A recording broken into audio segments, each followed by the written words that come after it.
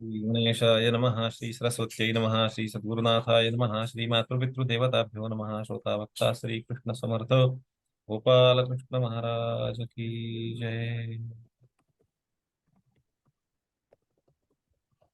तेजः तेजः क्षमा धृतिः शौचम अद्रोहो न अतिमानिता भवन्ति संपदं दैवीम् अभिजातस्य भारत।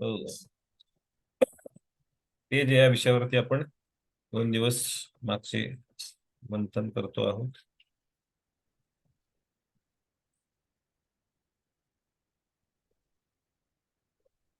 अजून एक त्या गोष्टीला त्या धाग्याला धरून उत्तर देता येतं असं की जोपर्यंत लौकिक देह आहे तोपर्यंत लौकिक देहाच्या लिमिटेशन्स म्हणजे मर्यादा त्या ठिकाणी उपलब्ध असणार आहे.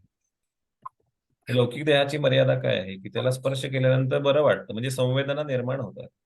स्पर्श केला की वाईट वाटतं, ही पण संवेदना निर्माण होते. म्हणून तेज हे देखील या संवेदनेनुसार वेव आहे, बरोबर, प्रवाह आहे, तो वाहून जाणार हे नक्की.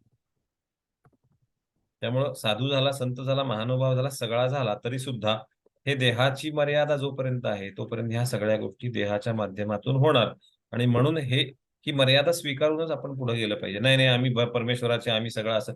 आम्ही कितीही परमेश्वराचे असलो तरी देहाचं बंधन जे आहे हे देहाचं बंधन आडवं येणारच. आणि देहाशिवाय आपण काम देखील करू शकत नाही. म्हणजे देह नाही, आम्हाला नको देह, जाऊ दे, आम्ही परमेश्वर असं म्हटलं तर काहीच करता येत. मुळात परमेश्वरानं हे विश्व निर्माण करण्यामागचा उद्देश असा आहे की त्याला काहीतरी करता यावं, कारण तो एकटाच होता. एकोहम बहुश्याम ही जी अवस्था निर्माण झाली, तो एकटाच होता, त्याला काहीतरी करायची इच्छा झाली, करायसाठी 2 जण तरी पाहिजेत. आणि म्हणून एकापासून अनेकांचा हा संसार निर्माण झाला.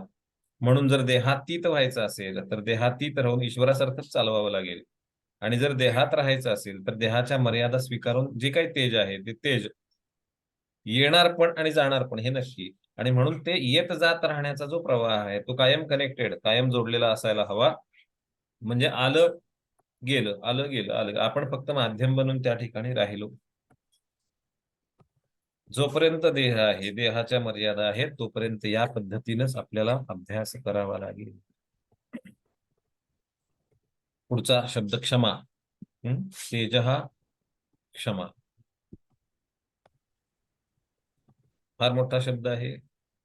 कुठल्याही गोष्टीला, कुठल्याही व्यक्तीला क्षमा करता आली पाहिजे, दृश्य ठिकाणी आणि अदृश्य ठिकाणी. दृश्य म्हणजे आपल्याला सगळेजण दिसतायत, त्या ठिकाणी आपण क्षमा केली पाहिजे. प्रकट क्षमा आणि एक अप्रकट क्षमा. दृश्य आणि अदृश्य म्हणजे प्रकट आणि अप्रकट अशी दोन्ही प्रकारची क्षमा आपल्याला करता आली पाहिजे. आपण प्रकट क्षमा कदाचित करू शकू, त्याला सुद्धा आपल्याला लाज वाटते. अप्रकट क्षमा मात्र निश्चितपणानं करू शकतो, पण ती विसरली जाते.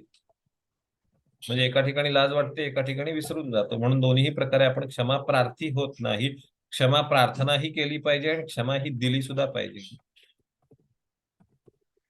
दोन्ही अर्थानं क्षमा आहे. तेज हा क्षमा, क्षमा करता येणं हे सत्वगुणाचं लक्षण आहे. क्षमा मागणं हा वेगळा विषय, क्षमा करता येणं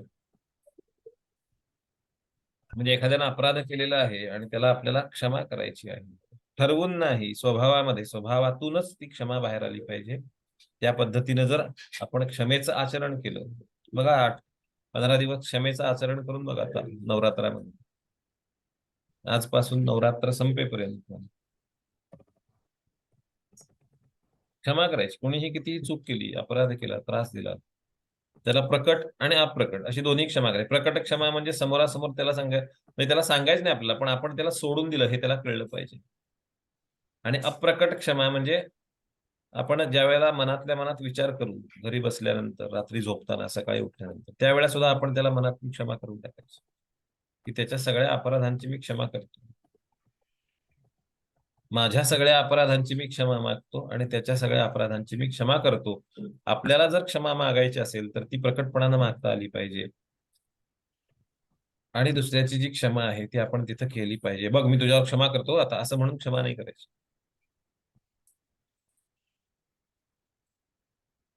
ज्याच्यावर क्षमा केली त्याला असं अपराधीपणाची जाणीव वाटली नाही पाहिजे. क्षमा केल्यानं अपराधीपणा वाटला नाही पाहिजे. ज्या अपराधाबद्दल आपण क्षमा करतो आहोत ती क्षमा घेतोय म्हणजे अजून एक अपराध होतोय का काय असं वाटायला नाही पाहिजे. या पद्धतीने आपण क्षमा केली पाहिजे. आणि म्हणून आपला जो अपराध असेल त्याच्याबद्दल क्षमा मागता आली पाहिजे आणि दुसऱ्याच्या अपराधाबद्दल मनापासून क्षमा केली पाहिजे. यात आपण पंचमहाभूतांचं उदाहरण घेतो नेहमी. वायू वायू इतका कुपित केलेला आहे, मी दूषित केलेला आहे, प्रदूषित केलेला आहे, तरी देखील हवेतून ऑक्सिजनच नाकामधून आत जातो. तो वाट बघतोय बघा, 50 वर्ष झाली वायू प्रदूषण सुरू आहे. 1925 साली पहिल्यांदा लंडन स्मॉग झालं. लंडन स्मॉग म्हणजे लंडनमध्ये लोक उठले आणि सकाळी उठल्यानंतर 2 फुटावरचं सुद्धा दिसायचं बंद झालेलं होतं. म्हणजे काय झालं होतं, जे काही प्रदूषण निर्माण झालं होतं ते थंडीमुळं हवेत विलीन न होता खाली आलं होतं, जड होऊन. आणि ते खाली आल्यामुळं विजिबिलिटी लॉस झाला, दिसायचं बंद झालं. म्हणजे 1925 साली एवढी मोठी दुर्घटना घडली. आज दिल्लीमध्ये दर थंडीच्या मोसमामध्ये अशीच अवस्था आहे.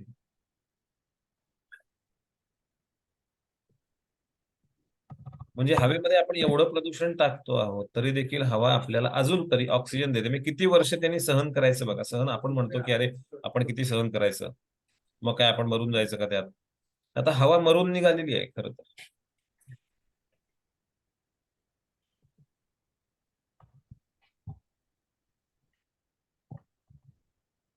कुठलाही निसर्गाचा घटक जर आपण घेतला तर निसर्गाचा कोणताही घटक आपल्याला क्षमाशीलता शिकवतो.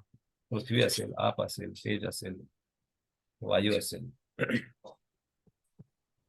किंवा आकाश असेल, तर आपण त्यांच्याकडे नियमित पाहिलं पाहिजे. म्हणून निसर्गाशी जोडलं जाण्याची क्रिया आपल्या पूर्वजांनी सांगितली, आपल्या संस्कृतीमध्ये सांगितली की आपण निसर्गाशी संलग्न असायला हवं. म्हणजे निसर्गामधून हे गुण आपल्या आपण आपोआप घेतले जातात. मुंग्या क्षमाशीलता म्हणजे स्थितप्रज्ञता का? नाही, स्थितप्रज्ञता ज्या ठिकाणी असते त्या ठिकाणी क्षमा करण्यासाठी अपराध व्हायला हवा, अपराध आतमध्ये पोचायला हवा आणि मग तुम्ही क्षमा करा. स्थितप्रज्ञ माणसाच्या ठिकाणी आतमध्ये अपराध पोचतच नाही, त्यामुळे क्षमा करण्याचा विषय येत नाही. स्थितप्रज्ञ ज्याची प्रज्ञा स्थिर झाली, परमेश्वराच्या ठिकाणी ज्याची प्रज्ञा म्हणजे ज्ञान झालं त्याला. मग जो ज्ञानामध्ये आहे त्याला समोरचा माणूस वाकला काय किंवा तुकला काय हिशेब एकच आहे त्याच्यासाठी. त्यामुळे त्याला या गोष्टीनं काही फरक पडत नाही. त्याला स्थितप्रज्ञता म्हणतात. फरक पडत नाही म्हणजे निसुकपणा नाही, फरक पडत नाही ही ज्ञानामधली अवस्था. नाहीतर आपल्याकडे बरेच लोक असतात कशानंच फरक नाही पडत. मग ती जाहिरात जी होती ना दूरदर्शनवर ती लक्षात ठेवायची, फरक तो पडता आहे. खूप आधी जाहिरात होती ती 25 वर्षापूर्वी. रेल्वेला फाटक नव्हतं आणि त्या ठिकाणाहून ट्रकवाला रोज जात असत आणि एक दिवस रेल्वे त्याला घेऊन जाते. तो रोज सांगत असतो कुछ फरक नाही पडता है आणि मग शेवटी भिंतीवरती फोटो मधून तो बोलतो की फरक तो पडता है असं.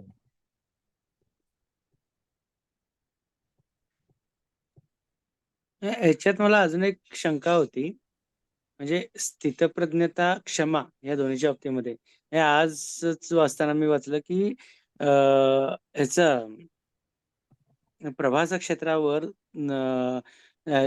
दुर्वासांचा कृष्णपुत्रांना अपमान केला, महर्षी दुर्वासांचा.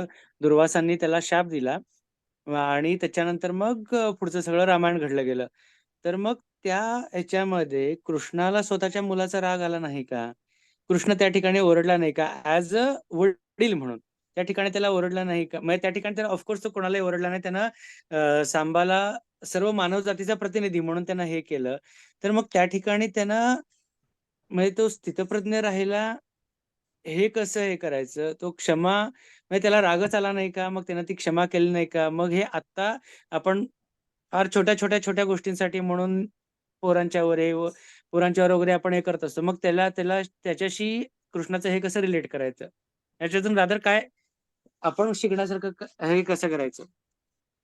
पहिल्यांदा तुम्हाला खूप खूप धन्यवाद, कारण तुम्ही कृष्णचरित्रात कृष्णाच्या शेवटी रामायण आणलं, कृष्णाच्या समोर रामायण झालं असं म्हणालात, म्हणून तुम्हाला पहिल्यांदा धन्यवाद. म्हणजे पांडवांच्या चरित्रामध्ये रामायणाचा उल्लेख येतो. धौम्य ऋषी सांगत असे रामकथा पांडवा असा उल्लेख येतो, ज्यावेळेला वनामध्ये वानप्रस्थाच्या अवस्थेमध्ये होते पांडव त्यावेळेला. पण कृष्णाच्या चरित्रात रामायण म्हणजे खूप चांगला हे आहे, प्रयोग आहे, तो आपल्याला आवडला. कृष्ण हा स्थितप्रज्ञ होता का, असा प्रश्न आहे तुमचा, बरोबर. जो दुसऱ्याला सांगतो तो स्वतः असल्याशिवाय सांगत नाही, असं शास्त्रानुसार सत्यकथन करणारे त्या काळातले लोक होते. त्याच्या डोळ्यासमोर हे सगळं झालं, किंबहुना त्याला हे माहिती होतं, त्याच्या कानावरती बातम्या येत होत्या, गुप्तहेर त्याला सगळं सांगत होते, आणि असं असताना सुद्धा तो विचलित झाला नाही. त्याला श्रीकृष्णांनीच उत्तर दिले, प्रजहाती यदा कामान सर्वान पार्थ मनोगतान आत्मनी एव आत्मना तुष्टः स्थितप्रज्ञः तदा उच्यते. आत्मनी एव आत्मना तुष्टः, जो स्वतःमध्येच परिपूर्ण झाला, जो स्वतःमध्ये संपूर्ण झाला, संतुष्ट झाला, तो स्थितप्रज्ञ आहे. जो स्वतःमध्ये संतुष्ट आहे, त्याला बाहेर काय चाललंय हे बघण्याची आवश्यकता नाही. त्या ठिकाणी माझा पुत्र, आपल्याकडे मेरा पुत्र, मेरा पुत्र वगैरे तसं काही नसतं त्या ठिकाणी. जर चित्रपट पाहत असाल तर लक्षात आलं असेल मी कशाबद्दल बोललो. त्यामुळं कृष्णाच्या चरित्रामध्ये स्थितप्रज्ञता ही जन्मापासून ते निर्वाणापर्यंत अखंड स्थितप्रज्ञच आहे कृष्ण. शिशुपालाचा वध करताना असू देत, रुक्मिणीशी विवाह करताना असू देत, सगळ्यांच्याकडून गवळी म्हणून घेताना असू देत, कालयवनाच्या त्याला अंगावर घेऊन पळताना असू देत, कुठल्याही गोष्टीमध्ये श्रीकृष्ण स्थितप्रज्ञ आहेत. स्वतःच्या बुद्धीमध्ये कुठेही विकल्प निर्माण होत नाही. म्हणजे कालयवनाचं काय करू, आता काय करू, अडचण आली, आता कोणाला विचार, असा प्रश्न नाहीये. विकल्प नाही, संकल्पही नाही, विकल्प नाही, संकल्पही नाही, होत असणाऱ्या घटना आहेत, सलग घडणाऱ्या घटना. आणि भगवद्गीतेमध्ये अर्जुनाला कृष्ण हेच सांगतात, हे सगळं झालेलं आहे, हे फक्त तू निमित्त मात्र म्हणून हे करायचेस. तुला असं वाटतं की तू काहीतरी करतोयस, तसं भगवान स्वतः त्या पद्धतीने वागले. मला असं वाटतंय की मी लग्न करतोय, असं त्यांना कधी वाटलं नाही.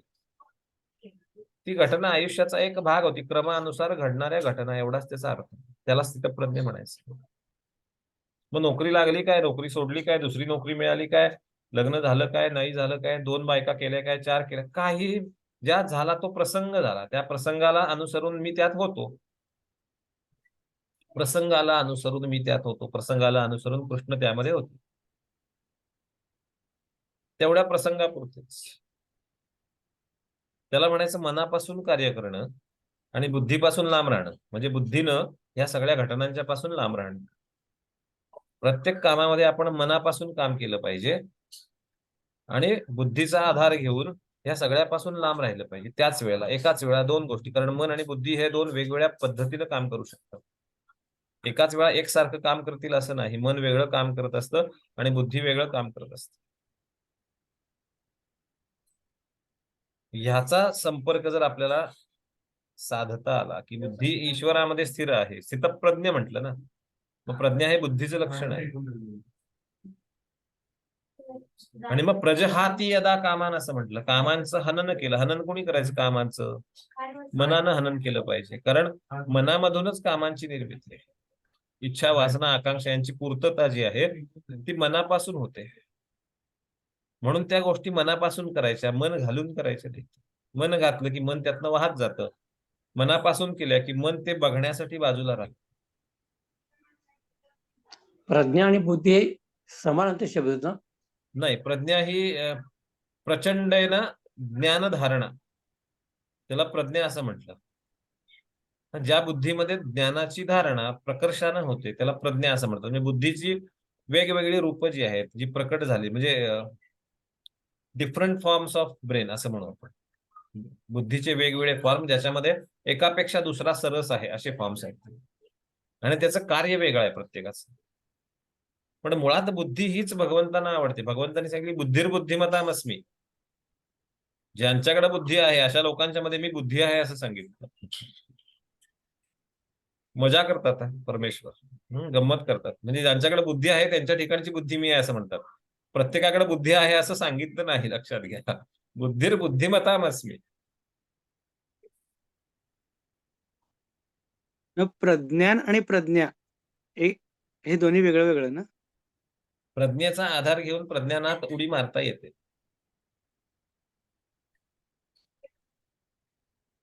प्रज्ञा हे साधन आहे, ह्याच्यामध्ये त्यांनी प्रज्ञान ही अवस्था आहे. नाही, त्याच्यात त्यांनी डिफरन्सिएशन सांगितलं पण कळलं नाही मला. ज्ञान, विज्ञान, प्रज्ञान. विज्ञान तुम्ही विशेष ज्ञान म्हणून सांगितलं, पण प्रज्ञान हे याची जी डेफिनेशन पुस्तकात दिली आहे ती कळलीच नाही मला. म्हणजे प्रज्ञान म्हणजे काय? प्रज्ञान हा शब्द भगवद्गीतेत आलेलाच नाही.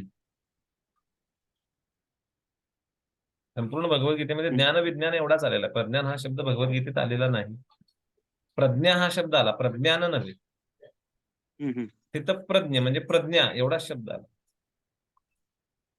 प्रज्ञानम ब्रह्म हे महावाक्यामध्ये आलं, 4 वेदांच्या महावाक्यामध्ये येतं. आणि हे शब्दांचे खेळ नव्हेत, हे शब्दांचे उपयोग आहेत. त्या त्या ठिकाणी त्या त्या अर्थाच्या अनुषंगाने उपयोग केला गेलेला आहे. आपण आपली समज तेवढी वाढवली पाहिजे की कुठल्या परिस्थितीनुसार कुठला शब्द कसा वापरला गेला आहे.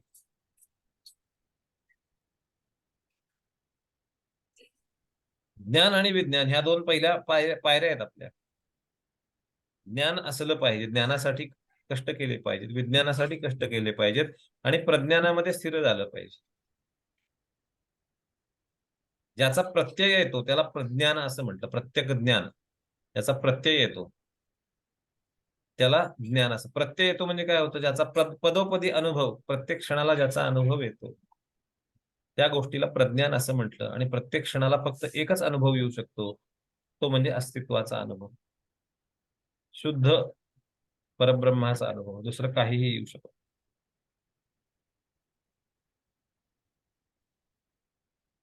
म्हणून ज्ञान विज्ञान, प्रज्ञान भगवद्गीतेमध्ये कुठेही वापरला गेलेला नाही. प्रज्ञा हा शब्द वापरला तोही स्थितप्रज्ञ या स्वरूपामध्ये आला, किंवा प्रज्ञा, लज्जा अशा अनुषंगाने वापरला गेला. प्रज्ञा म्हणजे जाणून घेण्याची, ज्ञान धारणा करण्याची शक्ती, क्षमता. मग भगवान हे कायमस्वरूपी स्थितप्रज्ञ, जन्मापासून स्थितप्रज्ञ आहेत. जन्म झाला तरी दुःख नाही. अंबरीशासाठी 10 जन्म, 9 जन्म, 8 जन्म घेतले आणि तरी देखील भगवान दुःखी नाहीत. अरे मला मनुष्य जन्म घ्यायला लागला, त्याचं दुःख नाही. त्यांनी त्याला प्रयोजनामध्ये बदलून टाकलं की आपण जन्म घेणार, त्याला प्रयोजन निर्माण झालं पाहिजे. काय गंमत आहे बघा. आणि हे सगळे जन्म एकमेकांच्याशी जोडले. म्हणजे रामायणातला वाली आणि कृष्णायनामधला जो कोणी पारधी, यांना एकमेकांना सांधणारा दुवा म्हणजे भगवान आहे. लक्षात. परशुराम आणि रामामधलं एकमेव चैतन्य तत्वाचं ट्रान्समिशन, ट्रान्सफर, हा त्यातला दुवा आहे.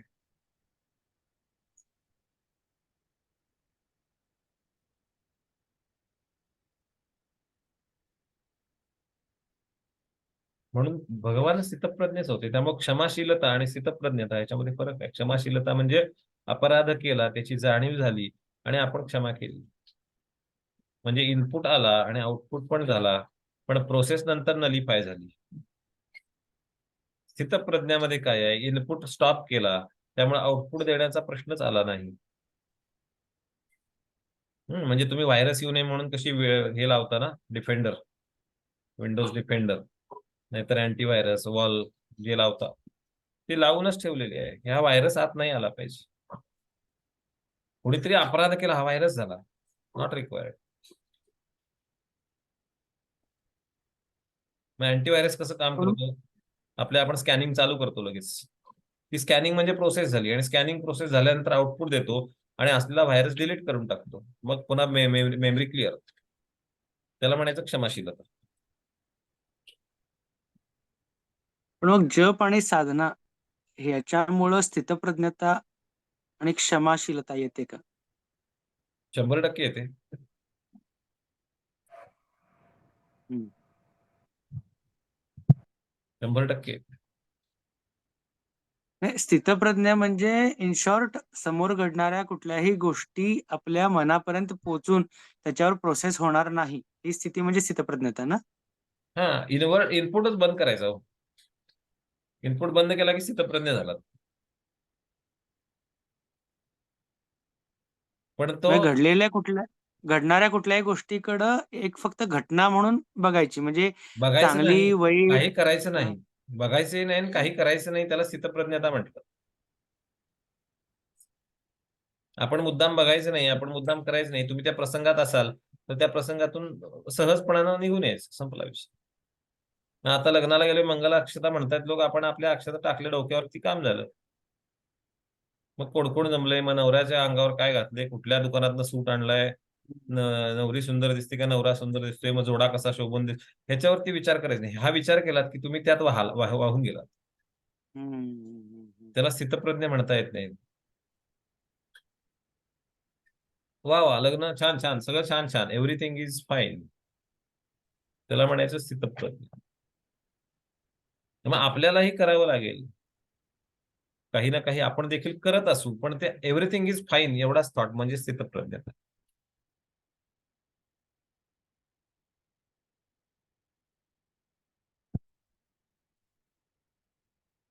All is well,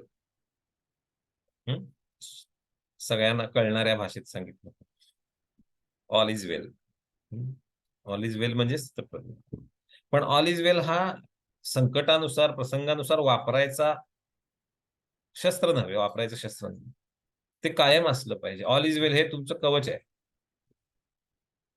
all is well, all is वेलच्या बॅरिकेशन मधून पेनिट्रेट होऊन आतमध्ये काहीही येता कामा नये. Nothing should come in. एवढं ते ऑल इज वेलचं बॅरिकेशन स्ट्रॉंग पाहिजे, आणि ते करण्यासाठी साधना पाहिजे. अगेन अवॉइडन्स आणि ऑल इज वेल, स्थितप्रज्ञा दोन गोष्टी कम्प्लीट वेगळ्या आहेत, राईट? अवॉइड किंवा इग्नोरन्स. 100%. स्थितप्रज्ञ पाण्यामध्ये आहे, तो पोहतो सुद्धा. पण पाण्यामध्ये किती छान मासे दिसतात, आता जरा खाली जाऊन बघतो, तळात कुठले दगड आहेत बघतो, हे वेगळे, त्याच्यावरती कल्पना करून तो काम करत नाही. ठीक आहे, पाण्यात आहे, पोहतो, समोरच्या किनाऱ्याला लागलो, काम संपलं. पण पोहता मनापासून. मी आत्ता जे याचं वाचलं त्याच्यामधून जेवढं काही वाचलं पूर्ण युगंधर, त्याच्यामध्ये कुठंही असा प्रसंग कुठंच वाचनात आला नाही की कृष्ण त्याच्या एवढ्या अख्ख्या आयुष्यामध्ये कुठंही कुणावरही कधीही चिडलेला नाहीये. म्हणजे कुठंच तसा उल्लेख नाहीये. पण त्याने एवढी युद्ध केली, स्वतःहून एवढी युद्ध केली, बऱ्याच लोकांना धडा शिकवला, बऱ्याच जणांना जे पदच्युत झालेले त्यांना परत लाईनीवर आणलं, बऱ्याच जणांशी त्यांना युद्ध खेळली आणि खूप डेंजर प्रकारची युद्ध पण त्यानं खेळली. पण मग तो कधी कोणावर चिडला नाही. मग ते कसं हे करायचं? म्हणजे संघर्ष एखाद्या गोष्टीचा करण्यासाठी म्हणून तुमच्या आतमध्ये काहीतरी पेटावं लागतं ना. पेटल्याशिवाय संघर्ष कसा करणार? श्रीकृष्णांनी संघर्ष केलाच नाही. आयुष्य हे सहजपणाने गेलं पाहिजे. आपण नाही बघताना म्हणजे त्यांनी कृष्णांचं आयुष्य संघर्षमय आहे, त्यांच्यासाठी ते नाही आहे, हे लक्षात ठेवा. आणि याचं कारण कॉम्पिटन्स आहे. कायम सांगतो मी, ट्रेनिंग मध्ये पण सांगतो, टेक्निकल ट्रेनिंग मध्ये, इंडस्ट्रियल, सगळीकडे, आणि अध्यात्मात सुद्धा कॉम्पिटन्स महत्वाचा आहे. आणि कॉम्पिटन्स साठी काय लागतं? अभ्यासेन तु कौंतेय वैराग्येण च गृह्यते. That is competence. Practice makes. Detachment. No, not Right? Detachment. हा, detachment can be a part. म्हणजे वैराग्याला आपण डिटॅचमेंट असं जर म्हटलं तर येस, 100%. मग ते वैराग्य म्हणजे डिटॅचमेंट. डिटॅचमेंट म्हणजे त्याग झाला, किंवा त्याला स्थितप्रज्ञता, तो स्थितप्रज्ञतेकडे नेणारा एक मार्ग आहे. त्याग कशाचा करतो आपण? जे आवडतं त्याचा आपण त्याग करत नाही. मग ह्या जगातलं मला काही आवडलं नाही पाहिजे असा माझा भाव असला पाहिजे. का आवडायला हवं? ज्याच्यामध्ये राम नाही ते मला नाही आवडलं पाहिजे. राम असेल तर तो सिद्ध झाला पाहिजे. मग सिद्ध झाला तर तो विषामध्ये पण आहे, अमृतामध्ये पण आहे, कशातही आहे. म्हणजे जर आपण भाव बदलला तर तो एकसारखाच बदलला गेला पाहिजे. जर जगामध्ये राम नाही तर राम जिथं आहे तिथं मी असलो पाहिजे. आणि जर जगामध्ये राम असेल तर जगातला राम हा सगळीकडे एकसारखा, एकच राम आहे ना. मग आज जेवण मिळालं तरी राम आहे, नाही मिळालं तरी राम आहे, नोकरी मिळाली तरी राम आहे, सोडली तरी राम आहे, सगळीकडे राम आहे. ह्या जगात सगळीकडे राम आहे. मग कोणी आपल्याला थप्पड मारू शकत नाही. मारली तर रामानं मारली. मग रामानं मारल्यावर मी चिडणार का? बघा, प्रत्यक्ष विचार करून बघा. प्रत्यक्ष राम आला आणि त्याने एक आपल्या कानाखाली लावून दिली. समाधी अवस्था लागेल, रामाचा हात लागला तर लक्षात ठेवा, कानाखाली वाजलेली कळणार सुद्धा नाही. पहिल्यांदा ज्या क्षणाला स्पर्श होईल रामाचा, त्या क्षणाला आपली अवस्था उन्मनी झालेली असेल, पुढचा आघात समजणार देखील नाही. मग हाच विचार प्रत्येक व्यक्तीसोबत आपला जोडला गेला पाहिजे. तर व्यवहारात, प्रत्येक ठिकाणी, जीवनात राम आहे. म्हणजेच मग क्षमाशीलता. मग कृष्ण स्थितप्रज्ञ होता म्हणून तो सगळीकडे जिंकत गेला असं म्हणायचं का? 100%. कुठल्याच गोष्टी त्याला हार नाही आली. असं कोण म्हणाला? पळून जावं लागलं ही हारच मानली गेली. रुक्मिणीला पळवून न्यावं, नाही. लक्षात घ्या, विचार करा हा. रुक्मिणीला पळवून नेलं, ते पण एकदा लग्न मोडलं आणि दुसऱ्यांदा पळवून न्यायची वेळ आली. हम्म. कशी काय मानहानी झाली विचार करा ना. एखादी गोष्ट करायला गेलो आणि आपल्याला अपमान करून हाकलून दिलं तिथनं लग्नाच्या मंडपातनं, की मी गवळ्याला मी मुलगी देणार नाही, बहीण माझी देणार नाही असं म्हणून हाकलून लावलं. पहिलं स्वयंवर मोडलं, निघून गेलं, संपलं. आणि मग दुसऱ्या वेळेला स्वयंवरामध्ये रुक्मिणीनं हाक मारली आणि मग तिलाच जाऊन पुन्हा घेऊन आले. म्हणजे जिथं अपमान झाला त्या ठिकाणी जाऊन त्यांचीच मुलगी घेऊन यायची आणि आयुष्यभर अशा लोकांच्याशी जोडलेलं राहायचं. Relationship management. विचार करा तुम्ही, आपलं काय चालतं. आपण, आपली पत्नी आणि सासू सासरे, तिचे सासू सासरे आणि आपले सासू सासरे, दोघांचंही काय चालतं बघ. तिथं रिलेशनशिपचा केवढा गोंधळ झाला असेल कृष्णाचा. केवढी मान आहे, आयुष्यभरासाठी पेनफुल आहे ना. हे आपण विचार केला तर आहे, कृष्णासाठी असं नाहीच आहे. कारण कॉम्पिटन्स आहे. कॉम्पिटन्स कशाचा आहे? स्थितप्रज्ञतेचा. स्थितप्रज्ञ इज अ कॉम्पिटन्स. प्रज्ञा एवढी उत्तुंग झालेली आहे की तो स्थितप्रज्ञ अवस्थेमध्ये आहे. म्हणजे आकाशात उडणाऱ्या गरुडाला खाली कार चाललेली आहे बघ जरा खाली म्हणून सांगे, ए जाऊ दे हड, असं म्हणणार तू. खाल्लं कार निघालीचा मी काय करू घेऊन ती कार. कार श्रेष्ठ का उडणारा गरुड श्रेष्ठ सांगा मला. मी विमानापेक्षाही गरुड श्रेष्ठ.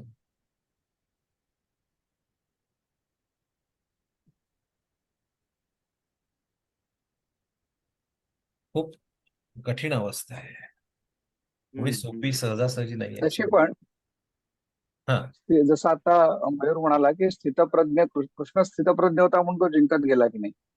पण स्थितप्रज्ञ अवस्था ही स्थितप्रज्ञ नसणाऱ्यांसाठी जी एक जाणीव असू शकते. जो ऑलरेडी स्थितप्रज्ञ आहे जसं कृष्ण आहे त्याच्यासाठी स्थितप्रज्ञ ही अवस्थाच नाहीये ना. हुशार मुलासाठी मी हुशार आहे ही जाणीव नसायला हवी. ती जिथं असेल तिथं अहंकाराही लक्षात ठेवायचं. हो. कृष्णाच्या ठिकाणी ती जाणीवच नाहीये. मी हुशार आहे, मी यांच्यापेक्षा शहाणा आहे, माझ्याकडे चक्र आहे, मी यांना कसा पण मारू शकतो, असा भाव कधीही त्याच्या मनामध्ये नाहीये. बाकीच्यांनीच त्याला स्थितप्रज्ञ मानलेलं आहे. नाही, बाकीच्यांनी मानलं कारण श्रीकृष्ण स्थितप्रज्ञ त्याच्या उदाहरणातून लक्षात येतं ना, त्याच्या अनुभवामधून आपल्याला कळतं. ते अनुभवातून आणि उदाहरण आता ह्याच्यातून लक्षात. जिच्या भावानं आपला अपमान केला त्याच मुलीला जाऊन उचलून आणायचं म्हणजे केवढा हे आहे बघा. स्थितप्रज्ञताच पाहिजे तिथं. डोळ्यासमोर आपली मुलं दुर्वासांचा अपमान करतायत आणि एकमेकांशी लढून मरतायत. केवढी स्थितप्रज्ञता लागेल विचार करा. शिष्टाईला गेला तेव्हा दुर्योधनानं त्याचा अपमान केला, प्रचंड अपमान केला. आणि हे माहीत असून सुद्धा कृष्ण तिथे गेला.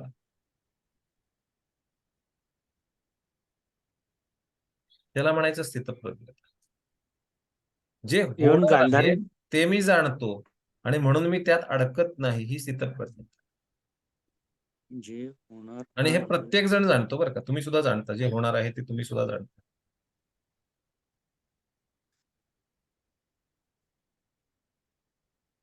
कळलं नाही. आपल्या जे डोळ्यासमोर होणार आताच आहे, उदाहरण भरपूर आता रुक्मिणीशी विवाह होणार आहे हे कृष्ण जाणतो. आपण सुद्धा जाणतो काय होणार आहे आणि म्हणून जे होणार आहे त्यात न अडकता राहण्याची पूर्वतयारी आपल्याला करता येते सहजासहजी. तुम्हाला माहितीये काय होणार फॉर तुमच्या एक्झाम्पल आयुष्यामध्ये. नोकरी लागणार आहे माहित होतं का नाही? होतं का नाही? नोकरी लागल्यावर काय हो. होणार हे माहित होतं का नाही? लग्न झाल्यावर काय होणार हे माहित होतं का नाही? मग काय माहित नव्हतं? सगळं तर माहित आहे. लग्न झाल्यावर भांडणं होतात हे माहित होतं का नाही? अजून काय माहिती पाहिजे? हो. म्हणजे कृष्णाला माहित होतं ते सगळं आपल्याला माहिती आहे. फक्त कृष्णाला कृष्ण माहिती होता, आपल्याला कृष्ण माहित नाही, हा अडचणीचा भाग आहे. तो स्वतःला ओळखतो, तो स्वयंपूर्ण आहे. आपण इतरांना ओळखण्यासाठी आपलं आयुष्य घालवतो म्हणून आपण मूर्ख आहोत. एवढे प्रयत्न स्वतःला ओळखण्यासाठी केले तर आपण देखील कृष्ण होऊन जाऊ.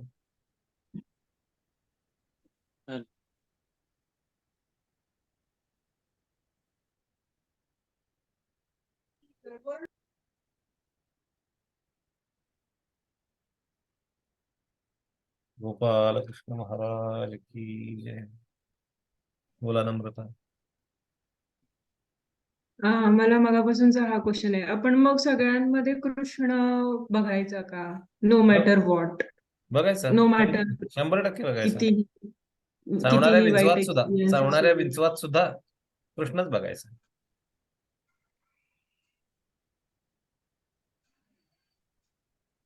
मी हे असा प्रयोग माझ्या भावासोबत केला होता, ज्याच्यासोबत मी खूप भांडते, छोट्या भावासोबत.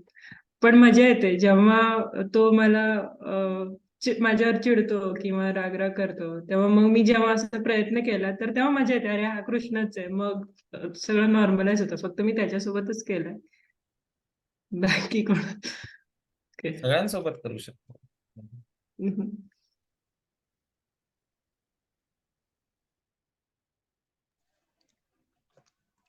सध्या ती सर्वांमध्ये कृष्ण बाधीवर का? चांगला आहे ना. कृष्ण दिसतोय ही खूप चांगली गोष्ट आहे सगळ्यांच्या मध्ये.